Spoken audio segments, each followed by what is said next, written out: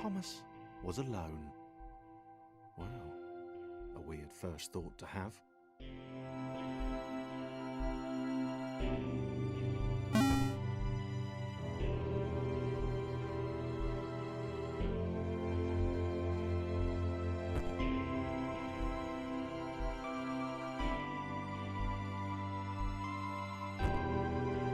Thomas decided to start listing his observations for posterity. 1. The whole alone thing. 2. Portals. They led somewhere. He'd yet to work out where. 3. Falling. Thomas was absolutely fantastic at falling. He was almost as good at falling as he was at observing.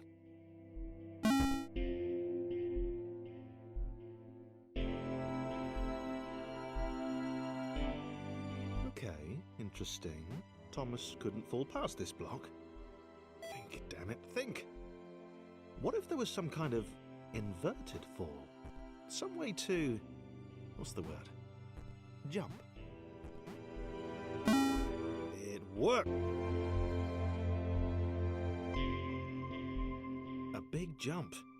But Thomas noted there was no real danger in missing it. The world didn't want him to fail here. It was pushing him, but gently.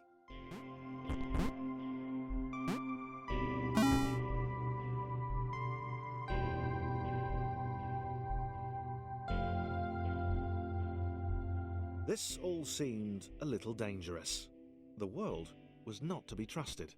It was unstable, and it seemed to Thomas that it could let him down at any moment. He was starting to suspect.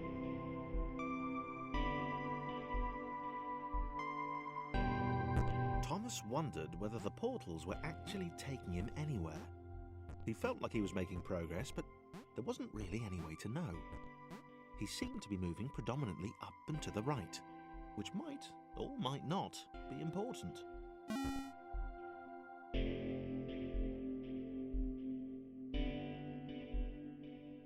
It might have been paranoia again, but Thomas could have sworn the world was becoming more complicated. It always seemed to be one step ahead of his skills. It had been designed just for him. He wondered why. Was the world testing him? No, too obvious.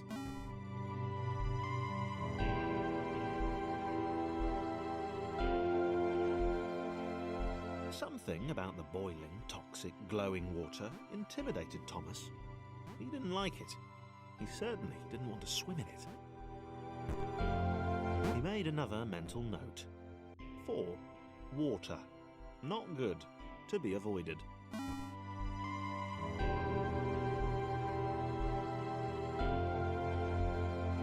The loneliness was getting to Thomas. No amount of observation or obsessive note-taking could combat that.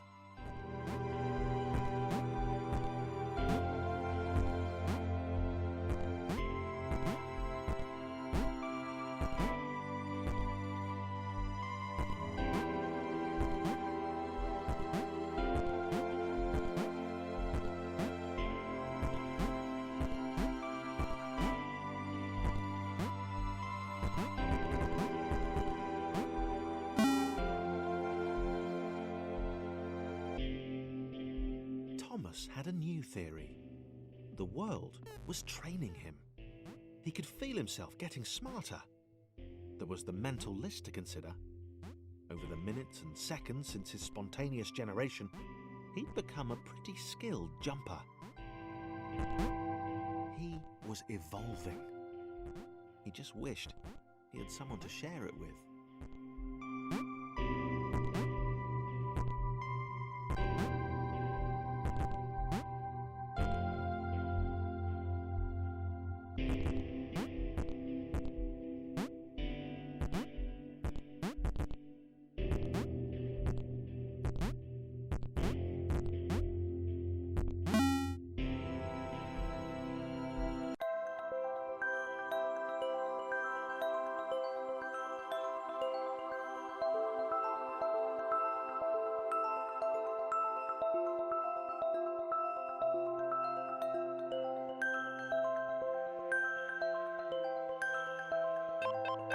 Chris took an immediate and deep dislike to the skinny red rectangle. Who the hell did this Thomas think he was?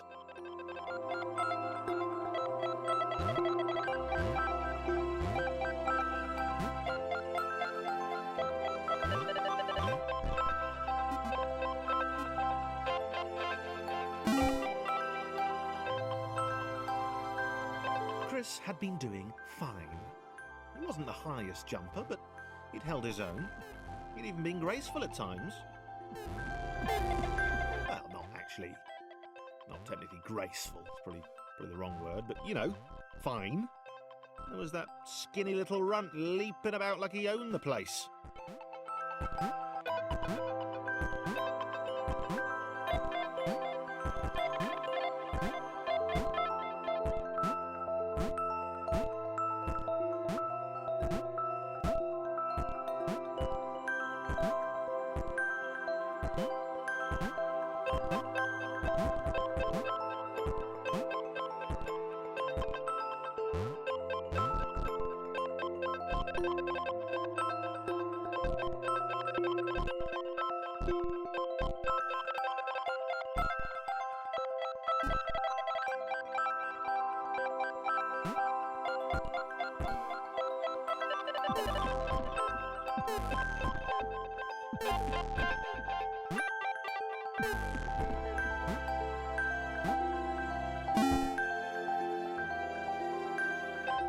Okay, this was more like it.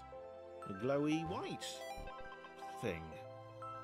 Only Chris could get to it, which of course made it all the more enticing. What would it do? What new opportunity might this switch open up to him?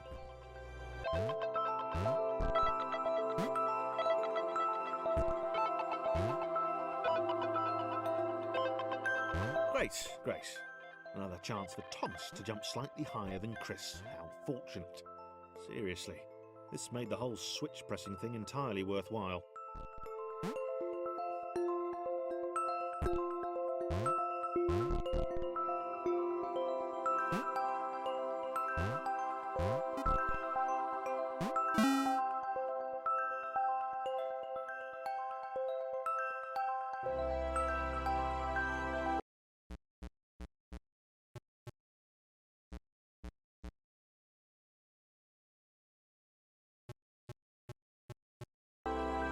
Was this good? Because on the surface, it did not seem good. Chris was pretty scared. Little Red seemed fine, happy to be on his merry little adventure. Chris couldn't shake the feeling that things had taken a significant turn for the worse since Thomas had joined him.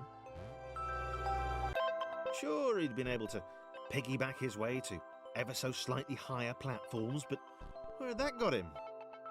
Well, to ever so slightly higher platforms, which was sort of his point.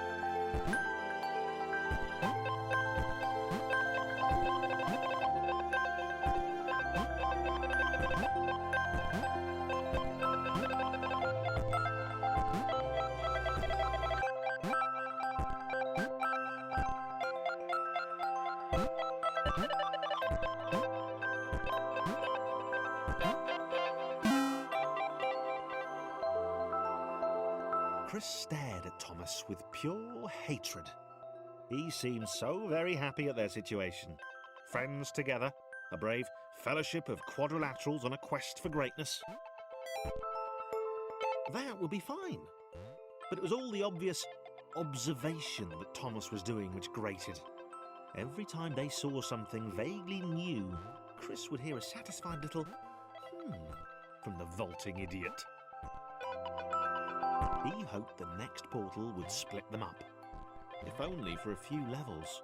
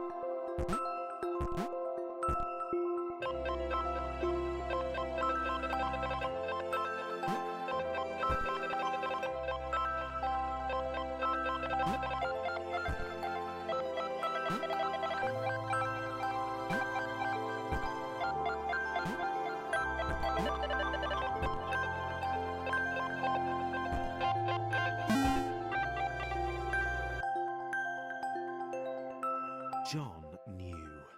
He knew that this was his chance, a moment to shine. This was game day.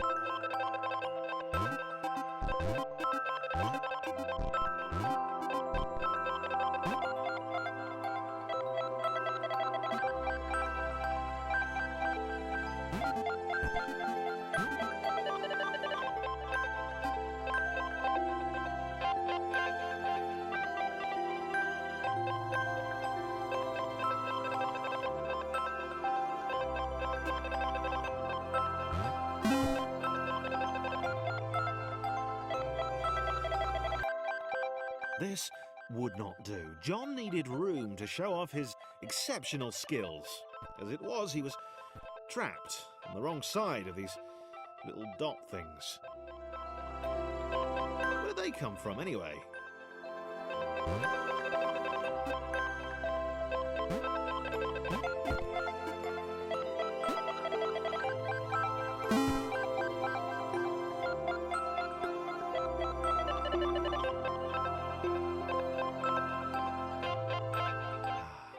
John inhaled the air of the open space, and it smelled of awesome. Time to flex those muscles, to put his training to use, time to show those little dots how it was done. John decided to press the switch to let the little dots catch up with him. John cared for his new allies. You could tell from the sympathetic expression he'd practiced in the mirror all these years.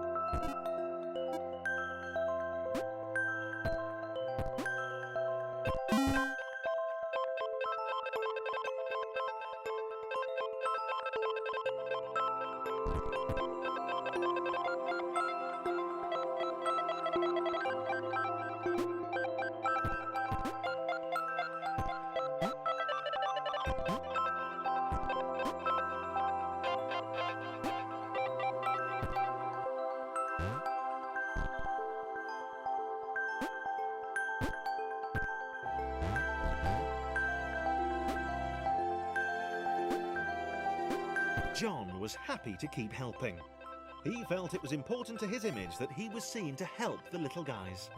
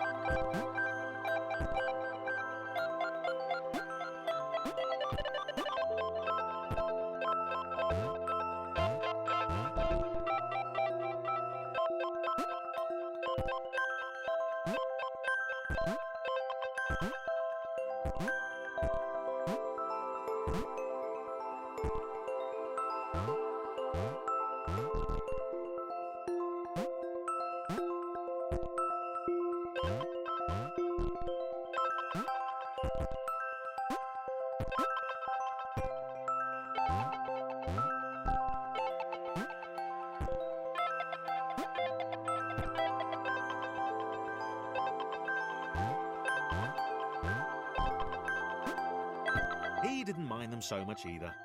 The red one, Thomas, had a charming way of applauding every time John jumped.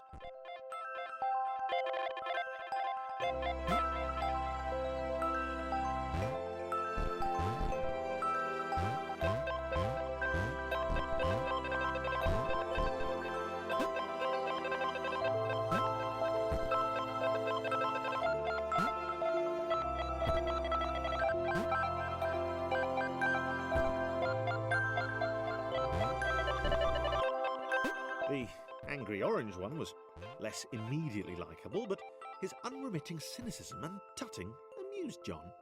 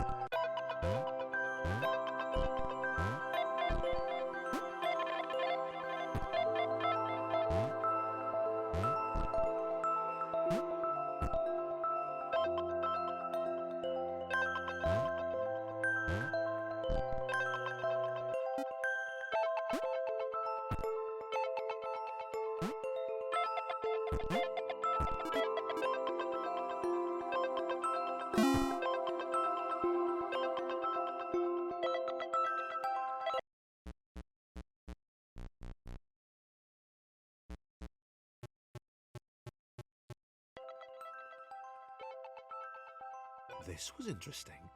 A floating target. This would require coordination, balance, and timing. John was sure the dots would be lost, but he was happy to guide them to triumph.